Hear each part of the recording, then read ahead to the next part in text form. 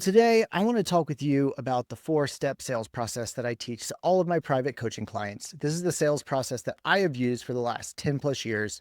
It's helped me sell multiple six figures in SEO consulting after I lost my job, build 2 successful digital agencies, selling over $5 million worth of agency services over that time and selling both of those agencies, and then finally building my coaching business currently.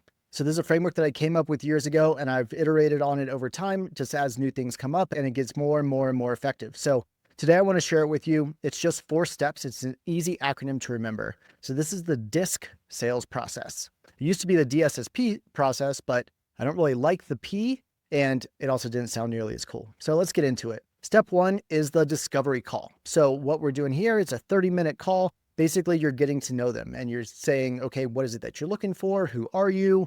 Why is this important to you now? You're basically qualifying them, right? To see if you should even continue the conversation or if you should continue to pitch them if it's a low ticket thing. And we'll talk about that here in just a second.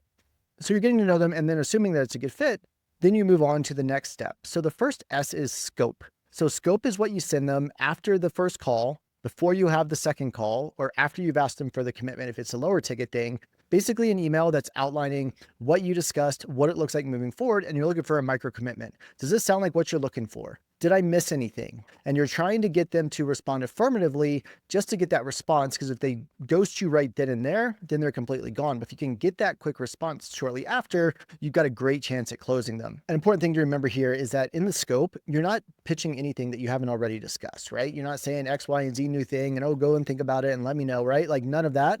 You're literally pitching them what it is that you just discussed with them. The second S is the strategy call. So the strategy call is a 45 to 60-minute call. And basically what you're doing is you're diving deeper with them on the things that you discussed in the scope email. And so there can be many different ways that you do this. I personally like to give people homework and say, here's a spreadsheet. And so fill this out and share it back with me. And then we can go through that. And we're going to outline specifically what we're going to work on and what it looks like working together. You can do it however you want. That's the way that I like to do it. Sometimes it's just a working session, right? They've given you access to their analytics or their search console or their Google ads or whatever. You've gone and done an audit of their website, right? And asked them a few questions. The important thing to remember is that you're not solving anything here. You're simply talking about what it would look like to work together, right? Like, oh, okay, that is something that we need to take into account. That is something we need to take into account. Here's a story about how I solved that for somebody else that looks just like you, right? So once again, it's not a free consulting call. We're literally diagnosing their problem. The important thing to remember about the strategy call is that you book it at the end of the discovery call. So it's called BAM FAM, book a meeting from a meeting. You're scheduling it for 2 to 4 business days out, enough time for them to fill out whatever it is that you need them to fill out, or enough time for you to go and audit whatever it is that you need to audit. But you're scheduling it in the calendar and you're confirming with them that they've received it and they're accepting it. If you don't get them to do that, then your show up rates are going to be a lot less for that second call. And that second call is super important if it's a higher ticket thing. If it's a lower ticket thing, you can probably sell on the discovery call, just a 1-call close, which is great. But it's probably going to need to be about 45 minutes or so. You ask them for the commitment. Does it sound like something you want to move forward with? And they say, yes, you're like, great. I'll send you the scope. Once you say that looks good, then I'll send you the contract.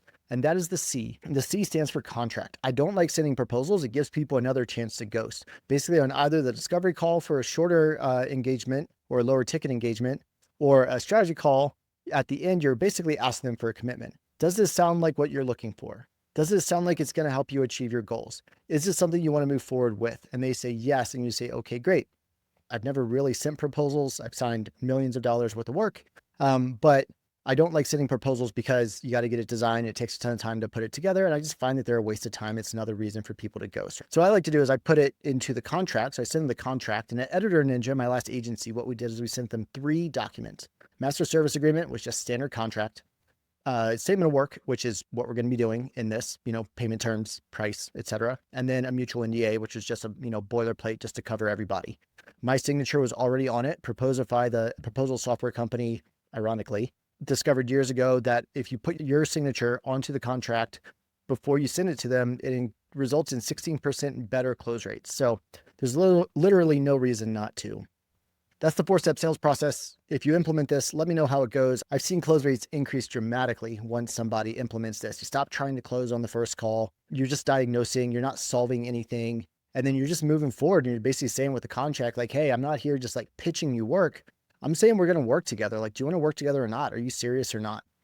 So give this a shot, implement it into your agency, and let me know how it goes.